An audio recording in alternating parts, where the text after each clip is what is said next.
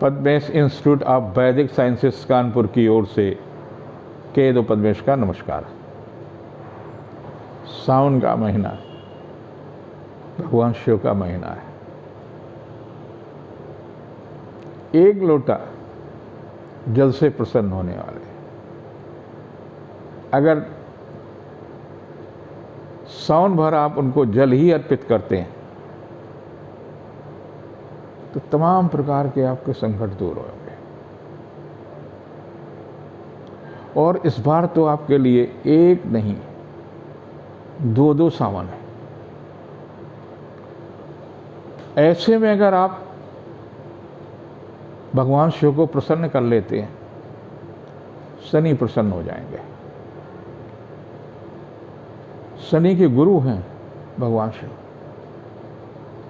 जितनी भी विद्याएं हैं तंत्र की, भैरव भैरवी, जितने उनके रूप, जितने उनके अवतार, सबकी कृपा हो गई। भैरव और भैरवी आपकी रक्षा करेंगे, आपको भौतिक सुख देंगे शिव को प्रसन्न करने पर।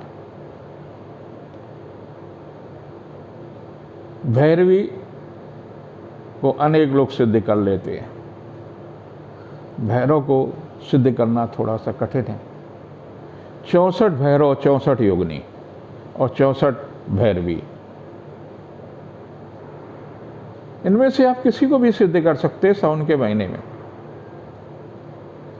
आपको भौतिक सुख देने वाले हैं। और बदले में क्या लेते? आपका अहंकार। जब आपके अंदर अहंकार होता है तो आपके अंदर प्रवेश कर जाते हैं जाने अनजाने में।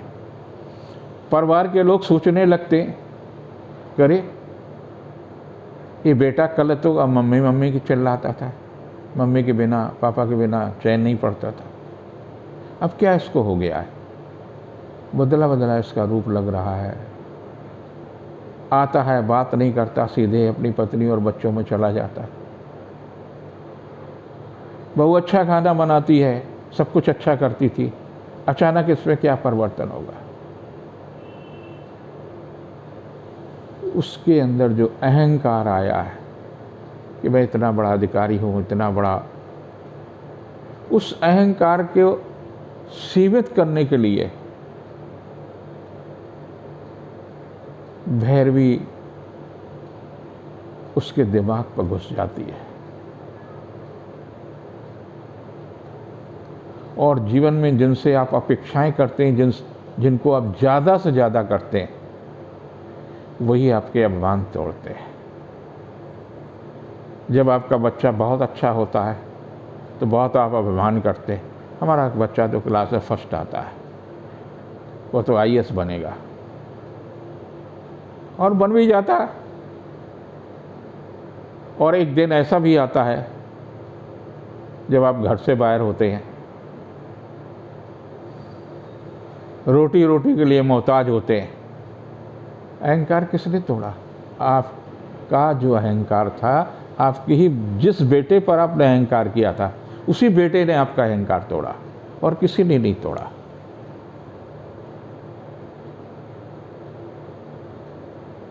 अगर आप इन सबसे बचना चाहते हैं, बेटे पर बेटी पर अच्छे संस्कार दीजिए, अहंकार मत करिए। अहंकार को भैरव भैरवी खुद तोड़वाती हैं, और किससे? आपके ही खिलाफ तोड़वाती हैं। जिस पर आप अहंकार कर रहे थे, जिस धन पर अहंकार कर रहे थे, जिस रूप पर अहंकार कर रहे थे, जिस संतान पर आप अहंकार कर रहे थे, उसका सबका अहंकार तोड़ती है भैरवी। शिव के गण हैं। कैसे बचें कि आप अपने ही घर में अपमानित न हों? उसके लिए है व्रत शनि प्रदोष। 15 तारीख को शनि प्रदोष है। संतान भटक गई है, संतान आपकी उपेक्षा कर रही है, सफलता के अहंकार के घोड़ों पर सवार है, उसको आप कैसे नियंत्रित करेंगे? उसके लिए है शनि प्रदोष। किस प्रदोष पर क्या मिलता है ये भी जानना बहुत जरूरी है। अगर मंगलवार को प्रदोष पड़ता है तो ऋण मुक्त होता है, भौतिक ऋण मुक्त होता है, पुरखों के ऋण से मुक्त होते हैं, समाज के ऋण से मुक्त होते हैं, आप ऋण मुक्त होते हैं। अगर सोमवार को यही प्रदोष पड़ता है तो आपके मन को शांति मिलती है, आप छोटी छोटी बातों पर उपेक्षित होते हैं, अशांत होते हैं, आपके घर में उपेक्षा, पारिवारिक उपेक्षा, तो ऐसी स्थिति पर आप असंतोष, डिप्रेशन में होते हैं। सोमवार का प्रदोष आपको शांति देगा, सुख देगा, शांति देगा, मानसिक शांति देगा। और शुक्रवार को अगर प्रदोष पड़ता है तो दाम्पत्य सुख देगा, दोनों का अहंकार समाप्त होता है और आपस में हम तो कमा रहे हैं, तुम तो पड़े पड़े ने ठल्लू हो खा रहे हो। ये जो अहंकार है पत्नी के अंदर या पति के अंदर अहंकार है, उस पर नियंत्रण होगा। पति पत्नी एक ही सिक्के के दो पहलू हैं, आवश्यकता एक दूसरे की पूर्ति करती है। और रविवार का अहंकार, रविवार का शनि प्रदोष आपको निरोगी बनाता, स्वस्थ बनाता। किस दिन का प्रदोष कैसा होता है? ये प्रदोष 15 तारीख को शनि प्रदोष है। संतान सुख में वृद्धि होगी, संतान उपेक्षा नहीं करेगा। जिस संतान पर आपको अभिमान था वही तो अभिमान आपका टूट रहा ना।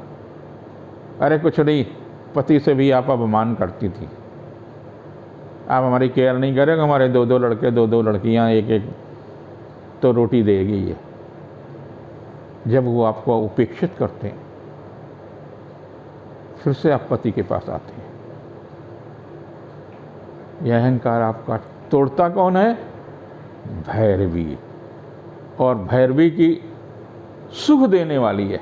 जब अहंकार टूट जाएगा तो आप धरातल पर होंगे ना कि हमारे पास इतने पैसे हैं। ये जो अहंकार आपने पाल रखा, यह अहंकार जरूर टूटता है। और जिस पर अहंकार होता है वही तोड़ता है। पैसे पर अहंकार है तो पैसा नष्ट होता है। घर में दुर्व्यसन शुरू हो जाते हैं, संतान दुर्व्यसनी हो जाती है, कहीं न कहीं कुछ न कुछ होता है। भगवान शिव भी आपके अहंकार को तोड़ते हैं। तो आपको करना क्या है? प्रदोष का व्रत करना है। आप निरंतर प्रदोष का व्रत करिए। कभी सोमवार को पड़ेगा, कभी शनिवार को, कभी रविवार को होगा, कभी, तो आपको तरह तरह के सुख प्राप्त होंगे। आप कभी किसी मंदिर में जाते हैं तो जब आप अभिषेक करते हैं तो जल भी निकलता, तो इस कारण से आधी परिक्रमा ही हमारी होती है और उसी परिक्रमा को पूरा परिक्रमा मान लिया जाता है। पूरी परिक्रमा कैसे होगी? 3 परिक्रमा करने पर आपका प्रदोष व्रत का फल मिलता है। तो आप जब परिक्रमा करें तो जब आप वापस लौटते हैं तो एक कोने से आपको नंदी दिखाई देंगे। नंदी को प्रणाम करिए और जब नंदी को आप प्रणाम कर लेते हैं तो परिक्रमा आपकी पूरी एक हो जाती है। और 3 परिक्रमा पूर्ण करने पर आपको प्रदोष का फल पूरा मिल जाता है।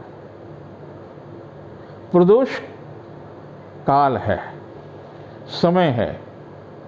सूर्यास्त से 2 घड़ी पहले और सूर्यास्त के 2 घड़ी बाद, यानी 24 मिनट पहले और 24 मिनट बाद 48 मिनट का कुल कालखंड होता है प्रदोष काल का। उस 48 मिनट के प्रदोष काल में आप पुनः स्नान करके भगवान शिव का अभिषेक करते हैं, उनका पूजन करते हैं और आपका प्रदोष फल, प्रदोष का पूर्ण आपका प्राप्त होता है। सोमवार को अगर है तो आपको मानसिक शांति मिलेगी, और शुक्रवार को है तो दाम्पत्य सुख प्राप्त होगा, और मंगल को है तो ऋण से मुक्त होंगे, रविवार को है तो आपको निरोगी यानी शारीरिक रूप से स्वस्थ होंगे, और शनिवार को है तो आपको संतान सुख होगा, संतान के अभिमान पर आपका नियंत्रण होगा। तो आप उपेक्षा शिव के गणों की भी मत करिए। उनके जो रुद्र हैं 64 और 64, अब आप सोच लीजिए कितनी बड़ी संख्या है। भैरव और भैरवी ये आपकी रक्षा करते हैं और आपको सुख की शांति प्रदान करते हैं। आपके पास जो कुछ नहीं है वो सब कुछ देते हैं, देते नहीं हैं, उसकी समृद्धि और बढ़ाते हैं और उनको संरक्षण देते हैं। लेकिन वो खाते क्या आपसे लेते क्या है? आपका अहंकार। मेरे ख्याल से मेरे दर्शकों को ये बात समझ में आई होगी। आपके लिए अवसर है कि आप अपना अहंकार योगिनी को समर्पित कर दें, आप भैरव को समर्पित कर दें, भगवान शिव प्रसन्न होंगे। और जैसे मैंने पूजा का सरल पद्धति बताई है वैसा करें, आपको देख लगेगा कि ये प्रदोष का व्रत हमारे लिए कुछ विशेष था। शनि का प्रदोष करिए, संतान पर अहंकार मत करिए। कल वो जब आपको उपेक्षित करेगी तो आपका अहंकार, जिस संतान ने अहंकार दिया है, जिस पर आपका अहंकार था, वही आपका अहंकार तोड़ता है। आप किसी कर्मचारी पर अहंकार मत करिए, संतान पर अहंकार ही नहीं करिए। जिस पर अहंकार करेंगे ये तो बिल्कुल मेरा खास है, वही तोड़ता है। आपका कोई दुनिया में खास नहीं है, खास है तो केवल प्रभु। उनके साथ अहंकार करिए, कोई हर्ज नहीं, लेकिन भौतिक रूप से अहंकार आपके लिए नुकसानदायी होगा। अब चलते हैं हम इस सप्ताह का साप्ताहिक राशिफल। जिनकी राशि मेष है, व्यवसायिक दृष्टि से उत्तम होगी, पारिवारिक प्रतिष्ठा बढ़ेगी, आर्थिक मामलों में प्रगति भी होगी। 9-10 को जीविका के क्षेत्र में चल रहा प्रयास सफल होगा, रिश्तों में मधुरता आएगी, लेकिन कहीं न कहीं मन खिन्न रहेगा। स्वास्थ्य के प्रति सचेत रहने की आवश्यकता है। 11-12 को भौतिक रूप से प्रगति होगी, रिश्तों में मजबूती आएगी, और 13-14-15 आर्थिक रूप से लाभदायी होगा। संतान के दायित्व की पूर्ति होगी, शिक्षा प्रतियोगिता के क्षेत्र में चल रहा प्रयास सार्थक होगा। जिनकी वृषभ राशि है उनके लिए तो ये सप्ताह काफ़ी महत्वपूर्ण होगा। रिश्तों में मजबूती आएगी, व्यवसायिक प्रयास सार्थक होगा, उपहार या सम्मान में वृद्धि होगी। 9-10 को शिक्षा प्रतियोगिता के लिए किया गया प्रयास सार्थक होगा, यात्रा देशाटन की स्थिति सुखद हुआ उत्साहवर्धक होगी। वहीं 11-12 तनावपूर्ण तिथियाँ होंगी, स्वास्थ्य के प्रति सचेत रहने की आवश्यकता है। 13 और 14-15 को आर्थिक प्रयास फलीभूत होगा, रिश्तों में मजबूती आएगी, देव दर्शन धार्मिक कार्यों में रुचि लेंगे, व्यवसायिक प्रयास सार्थक होगा। जिनकी मिथुन राशि है, व्यवसायिक दृष्टि से ठीक है। स्वास्थ्य के प्रति आपको सचेत रहने की आवश्यकता है। खाने पीने में जरूर सावधानी रखिए। कफ पित्त वायु इनमें से किसी न किसी की वृद्धि होती है, उन पर नियंत्रण रखें। 9-10 जीविका के क्षेत्र में प्रगति होगी, दाम्पत्य जीवन सुखमय होगा, शासन सत्ता का सहयोग लेने में सफल हो सकते हैं। 11-12 को संतान के दायित्व की पूर्ति होगी, उपहार या सम्मान में वृद्धि होगी, रिश्तों में मजबूती आएगी। लेकिन 13, 14 और 15 कुछ तनावपूर्ण तिथियाँ हैं, स्वास्थ्य के भी प्रति सचेत रहने की आवश्यकता है। कुछ ऐसा हो सकता है जिससे मन खिन्न रहे, व्यर्थ की उलझने और तनाव हो सकती है। जिनकी कर्क राशि है, जलीय तत्व की वृद्धि है। भगवान शिव की उपासना आपके लिए विशेष रूप से फलदायी है। आप सोमवार का व्रत कर सकते हैं तो करें, आप प्रदोष का व्रत अवश्य करें, ताकि आपकी बुद्धि संतुलित रहे और जो कहीं न कहीं अहंकार पनप रहा उस पर नियंत्रण अवश्य रखें। चाहे वो शिक्षा पर हो, चाहे संतान पर हो, चाहे पुत्र पर हो, और चाहे संपत्ति पर हो, उस पर नियंत्रण रखने की आवश्यकता है। आपके लिए 9-10 की तिथियां काफ़ी महत्वपूर्ण हो सकती हैं। उपहार या सम्मान में लाभ मिलेगा, जीविका के क्षेत्र में प्रगति होगी। 11-12 को किया गया पुरुषार्थ सार्थक होगा, धन यश कीर्ति में वृद्धि होगी। 13 और 14-15 व्यवसायिक दृष्टि से काफ़ी महत्वपूर्ण तिथियां हैं। शिक्षा प्रतियोगिता के क्षेत्र में, संतान के क्षेत्र में और व्यवसायिक मामलों में आपको प्रगति मिलेगी। जिनकी सिंह राशि है, यूँ तो आपका स्वामी सूर्य है, लेकिन आप देखिए सूर्य कहाँ पहुँच जाएंगे, 12वें पहुँच जाएंगे। और 12वें जब सूर्य होंगे तो स्वास्थ्य के प्रति सचेत रहने की आवश्यकता है। स्वस्थ रहने के लिए भगवान शिव की शरण में जाना आपके लिए हितकर होगा। ओम हम जूम सा, ओम हम जूम सा का निरंतर जप करिए। भगवान शिव के पास जब आप आराधना कर रहे हैं तो ओम हम जूम सा ही ओम हम जूम सा आपके हर सांस में निकल रहा हो, आपके लिए अच्छा होगा। और ये सप्ताह परिवर्तन का सप्ताह है। आपके लिए 9-10 की तिथियाँ व्यावसायिक रूप से काफ़ी महत्वपूर्ण हो सकती हैं, लेकिन यात्रा देशाटन की स्थिति तनावपूर्ण रहेगी। स्वास्थ्य के प्रति सचेत रहने की आवश्यकता है। 11-12 को सुखद समाचार मिलेगा, रिश्तों में मजबूती आएगी, पारिवारिक जीवन सुख में होगा। 13-14-15 को महिला अधिकारी का सहयोग मिलेगा, जीवन साथी का सानिध्य प्राप्त रहेगा। आर्थिक मामलों में चल रहा प्रयास सफल होगा। जिनकी कन्या राशि है, बुध का परिवर्तन आपके लिए काफ़ी अच्छा है।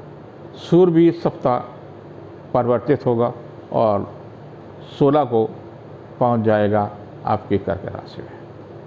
व्यावसायिक दृष्टि से काफ़ी महत्वपूर्ण है। अपने अधिकारों को अवश्य जानें, लेकिन कर्तव्यों को भूलें नहीं, क्योंकि आप चाहते तो बहुत कुछ है, पाना भी बहुत चाहते हैं, करना कुछ नहीं चाहते। और जो संतान, जो व्यक्ति अपने माता पिता की उपेक्षा करता है, उसको बहुत कीमत चुकानी पड़ती है। आज गणेश जी की पूजा हम इसलिए पहली बार करते हैं, सर्वप्रथम करते हैं, क्योंकि उन्होंने सर्वाधिक स्थान अपने माता पिता को दिया। उससे बड़ा स्थान उन्होंने किसी को नहीं दिया। इस कारण से हम उन्हें प्रथम देव के रूप में पूजन करते हैं। ये संदेश प्रकृति के जीव जंतु से लेकर के मनुष्य तक है। व्यवसायिक मामलों में लाभ मिल सकता है, आर्थिक पक्ष मजबूत होगा, जीविका के क्षेत्र में प्रगति होगी। 11-12 को यात्रा देशाटन की स्थिति सुखद और उत्साहवर्धक होगी। स्वास्थ्य के प्रति सचेत रहने की आवश्यकता है। वहीं 13-14-15 सुखद और प्रगति की तिथियाँ होंगी। उपहार या सम्मान में वृद्धि होगी, रिश्तों में मजबूती आएंगी। जिनकी तुला राशि है, आप बुद्धिमान हैं और केतु आपको और अधिक बुद्धिमान कर रहा है। दूसरों से कुछ सीखें, प्रकृति से कुछ सीखें, प्रकृति के नज़दीक रहने का प्रयास करें। मन में जो भय तमाम प्रकार के हैं उन पर नियंत्रण रखें। स्वास्थ्य के प्रति सचेत रहें। यह सप्ताह व्रत का है। आर्थिक मामलों में सचेत रहने की आवश्यकता है। व्यवसायिक प्रयास सार्थक होगा। 9-10 को किया गया प्रयास सफल होगा। जीविका के क्षेत्र में चल रहा प्रयास सार्थक होगा। वहीं 11-12 को रिश्तों में मजबूती आएगी, पारिवारिक जीवन सुखमय होगा। व्यवसायिक मामलों में सफलता मिलेगी, लेकिन 13-14-15 कुछ स्वास्थ्य के प्रति सचेत रहें। व्यर्थ की उलझनें हो सकती हैं, कोई ऐसी बात हो सकती है जो आपके हित में न हो। वृश्चिक राशि के लोगों के लिए यह सप्ताह काफ़ी महत्वपूर्ण होगा। पारिवारिक प्रतिष्ठा बढ़ेगी, यश और कीर्ति में वृद्धि हुई, सामाजिक कार्यों में रुचि बढ़ेंगे। जीविका के क्षेत्र में चल रहा प्रयास सार्थक होगा। आपके लिए 9-10 की तिथियाँ कुछ तनावपूर्ण हो सकती हैं, लेकिन बुद्धि कौशल से किया गया कार्य संपन्न होगा। वहीं 11-12 को स्वास्थ्य के प्रति सचेत रहें। रोग या शत्रु कहीं न कहीं तनाव दे सकता। आर्थिक मामलों में जोखिम न उठाएं। 12-13-14 काफ़ी महत्वपूर्ण तिथियाँ हैं। जीवन साथी का भी सहयोग मिलेगा, रिश्तों में मजबूती आएगी, पारिवारिक जीवन सुखमय होगा।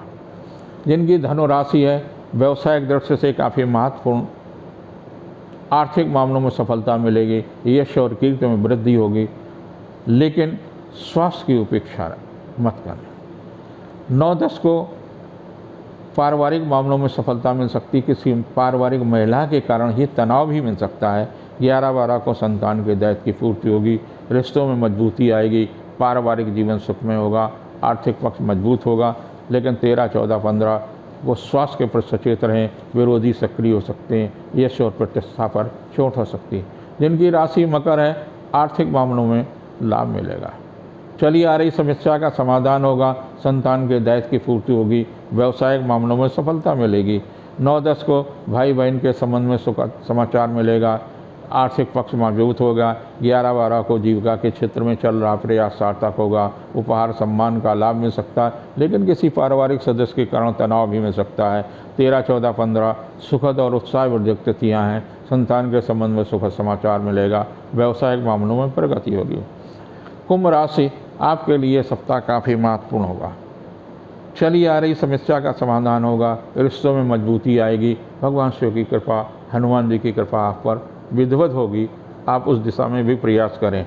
9-10 को व्यवसायिक मामलों में सफलता मिल सकती, आर्थिक प्रयास सफल होंगे, रिश्तों में मजबूती आएगी। 11-12 को किया गया पुरुषार्थ सार्थक होगा, व्यवसायिक प्रतिष्ठा बढ़ेगी। 13-14-15 को पारिवारिक, सामाजिक या सांस्कृतिक अथवा व्यवसायिक कार्य में व्यस्त रहेंगे, उपहार या सम्मान, यश और कीर्ति में वृद्धि होगी, रिश्तों में मजबूती आएगी। जिनकी राशि मीन है, पारिवारिक दृष्टि से काफ़ी अच्छा होगा, सुखद होगा, चली आ रही समस्या का समाधान होगा, देव दर्शन हो सकते हैं। 9-10 को किया गया प्रयास सार्थक होगा, पारिवारिक और व्यवसायिक मामलों में सफलता मिलेगी। 11-12 को देव दर्शन, धार्मिक पर्वत में वृद्धि, उपहार या सम्मान में वृद्धि होगी। 13-14-15 को यात्रा देशाटन की स्थिति सुखद होगी, संतान के दायित्व की पूर्ति होगी। आप सभी पर भगवान शिव और उनके भैरव और भैरवी तरह तरह का सुख, तरह तरह की समृद्धि आपको प्रदान करें, यही मेरी भगवान शिव से प्रार्थना। नमः शिवाय, नमः शिवाय, नमः शिवाय।